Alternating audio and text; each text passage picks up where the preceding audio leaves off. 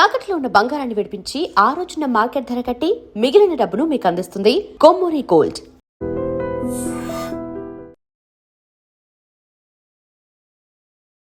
Welcome to I dream. నేను ఉదయశ్రీ. తెలంగాణలో bar council elections జరుగుతూ ఉన్నాయి Jan 30న. మరి ఎప్పుడూ లేని హడావిడి ఈసారి ఎలక్షన్స్లో కనిపిస్తూ ఉన్నాయి. ఎందుకంత ప్రాముఖ్యత సంతరించుకుంది? అలాగే ఈ బార్ కౌన్సిల్ ఎలక్షన్స్లో ఇంతకు ముందు మహిళల పార్టిసిపేషన్ చాలా తక్కువగా ఉండేది. అయితే దీనిపై పిటిషన్ వేశారు డాక్టర్ జి సుభాషిణి గారు. ఫైనలీ సాధించారు. సుప్రీంకోర్టులో ఆవిడ వేసిన పిటిషన్పై తీర్పు వచ్చింది. 30% రిజర్వేషన్ సాధించారు. మరి ఆవిడ మనతో ఉన్నారు. తను కూడా ఈసారి బార్ కౌన్సిల్ ఎలక్షన్స్లో పార్టిసిపేట్ చేయబోతున్నారు. ఆవిడతో మాట్లాడదాం. నమస్తే అండి, వెల్కమ్ టు అవర్ స్టూడియో. నమస్తే ma'am. Congratulations. Thank you very much. మహిళా సాధికారత అనుకోవచ్చా ఒక విధంగా? డెఫినెట్గా, because it is a historic order which is given by the supreme court. ఎందుకంటే 20వ తారీఖు నోటిఫికేషన్ జారీకి ఉండే. సో మనకు 8వ తారీఖు ఇచ్చిన సుప్రీంకోర్టు ఇచ్చిన ఒక ఆర్డర్లో తెలంగాణలో పార్టిసిపేషన్ అంటే మహిళల యొక్క పార్టిసిపేషన్ అనేది అక్కడ కనబడట్లేదు, ఎక్స్క్లూడ్ అయిపోయింది. సో నెక్స్ట్ మళ్ళీ 5 years తర్వాతనే మనకు ఒక అవకాశం ఉన్నది. అలాంటిది అంటే మళ్ళీ 5 సంవత్సరాలు మనము వేచి ఉంచవలసిన అవసరం ఎందుకు ఉంది? సో దాని మీద కొంత అందరితో కొన్ని సీనియర్స్తోని మనం చర్చించి మనము సుప్రీంకోర్టులో ఇంటర్వెన్ పిటిషన్ వేయడం జరిగింది. సో అక్కడ ఏంటంటే 18th మనకు లిస్టెడ్ అవుట్ అయింది. సో ఈ 18th ఎవరన్నా సరే ఎనీవన్ హూ ఎవర్ వకాలత్ వేసినా ఏది వేసినా దాంట్లో కనబడుతుంది. బట్ మా ఐఏస్ అన్నీ కూడా లిస్టెడ్ అయినాయి. Every IA we got the numbering అంతా అయిపోయింది. సో దాన్ని మనము 18th అది ఒక ప్రాముఖ్యతమైన ఒక ఆర్డర్ కాపీ. అది కూడా సుప్రీంకోర్టు చీఫ్ జస్టిస్ గారు ఏమన్నారంటే Telangana is a progressive state, so women should give the opportunity to contest. అంత పెద్ద వర్డ్ యూజ్ చేశారు. So that is a very great decision. అది అందులో ఆ ఆర్డర్ కాపీతోని ఈరోజు మనకు 55 మంది మహిళా న్యాయవాదులు కంటెస్టింగ్కి ముందుకు రావడం జరిగింది. So that is a very great, అంటే ఒక రాడికల్ చేంజ్ అన్నది మనం చూడగలుగుతున్నాము దీంట్లో. ఇంకొక ప్రాముఖ్యత ఏంటంటే 1961 అప్పుడు ఏదైతే అడ్వకేట్స్ యాక్ట్ స్టార్ట్ అయిందో దాంట్లో ఏంటంటే సెక్షన్ 3 ప్రకారము for every bar council should be formed. అప్పటి నుంచి ఫార్మేషన్ అయిన కాడ నుంచి ఇప్పటి వరకు చూసుకుంటే 64 years అది బార్ కౌన్సిల్ ఫార్మేషనే. కానీ మనకు అంత ప్రాధాన్యతతోని ఒక 9 మంది మాత్రమే కంటెస్టింగ్లో ఉన్నారు. సో అంటే అన్ని సంవత్సరాల నుంచి మనకు ప్రాధాన్యత అనేది దొరకలేదు. మేబీ అది కారణాలు ఏదైనప్పటికీ దాన్ని మనం మొత్తం అందులోపటికి వెళ్ళట్లేదు. బట్ ఇప్పుడు వచ్చిన అవకాశాలని ఏ మహిళ కూడా వదులుకోకుండా స్వచ్ఛందంగా వాళ్ళు ముందుకు వచ్చింది కాబట్టి it is a very good decision. And దీంట్లో మనకు 30% రిజర్వేషన్లో 20% for election, through elections women should be win, and 10% for co-option అన్నది ఇవ్వడం జరిగింది. సో ఈ కోఆప్షన్ కూడా ఇంతకుముందు గతంలో ఎట్లుండే అంటే గతం 8th ఇచ్చిన ఆర్డర్లో ఎక్కడైతే మహిళా న్యాయవాదులు లేరో వాళ్ళని ఇన్వాల్వ్మెంట్ చేయడానికి ఈ కోఆప్షన్ సిస్టమ్ని కొంత ఇంట్రడక్షన్ చేయడం జరిగింది. సో ఇప్పుడు కోఆప్షన్ సిస్టమ్ ఎప్పుడైతే మనకు వస్తుందో అంటే ఎన్నికలలో 20% తీసినప్పుడు మనకి 5 మెంబర్స్కే మనకు అవకాశం ఉంది ఎన్నుకోవాలంటే. సో కంటెస్టెంట్స్ ఇప్పుడు ఉన్న వాళ్ళు 200 మెంబర్స్ ఉన్నారు కంటెస్టెంట్స్. సో ఆ 2000లో జనరలైజ్గా మనకు ఓటింగ్ సిస్టమ్ ఇచ్చినప్పుడు మేబీ అంటే ఇంతమంది మహిళల్ని ఎన్నుకోవడం ఎలా అన్నప్పుడు కూడా 5గురినే ఎన్నుకోవాలి. అంటే 10:1 కింద మనకు వస్తుంది. సో అది చాలా అంటే అందుకనే ఇప్పుడున్న ఎలక్షన్స్ చాలా ప్రాధాన్యత కూడుకున్నది.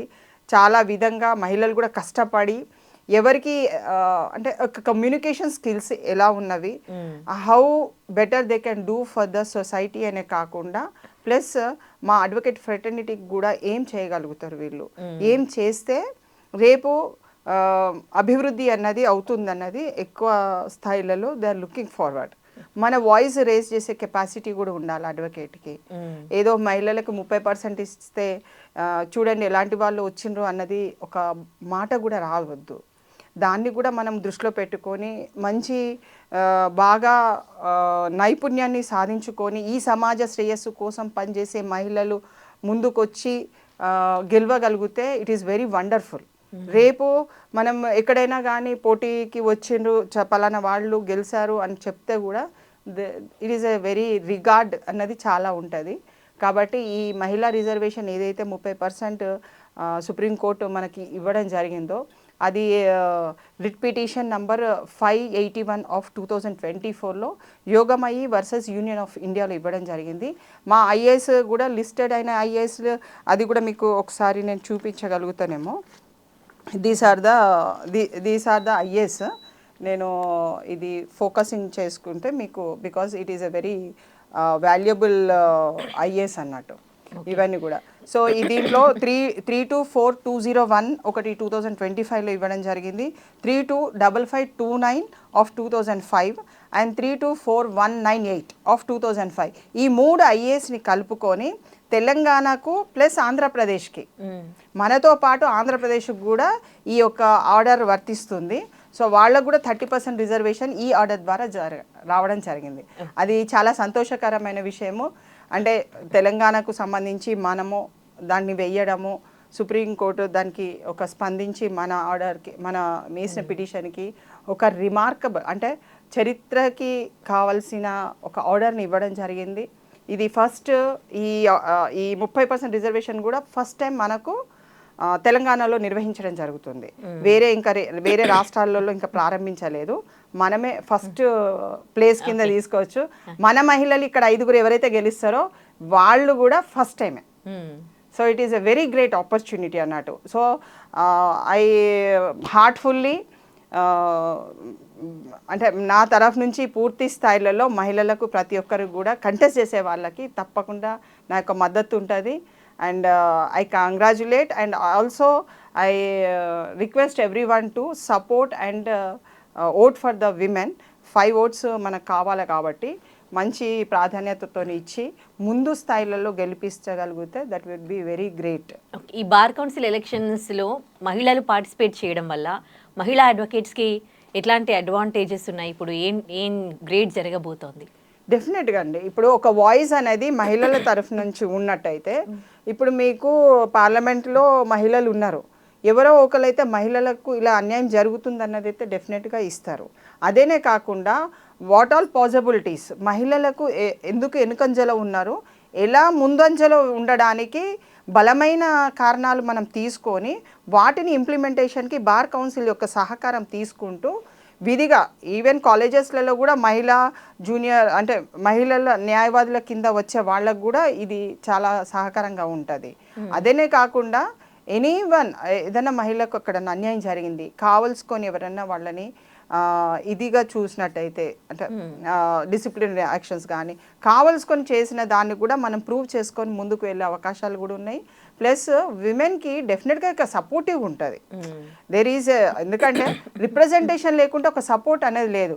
మరి 64 సంవత్సరాల నుంచి ఆ దిశగా మనం వెళ్ళలేదు, ఇప్పుడు వెళ్తున్నాం కదా. డెఫినెట్గా అభివృద్ధి అనేది విమెన్ ఎంపవర్మెంట్ దృష్టి, ఎందుకంటే చాలామంది చదువుకున్న వాళ్ళు ఉన్నారు, చాలా విజ్ఞులు ఉన్నారు, చాలా స్థాయిలలో సబ్జెక్ట్ నాలెడ్జ్ ఉన్నది, అలాంటి వాళ్ళని ప్రోత్సహించడంలో తప్పు లేదు.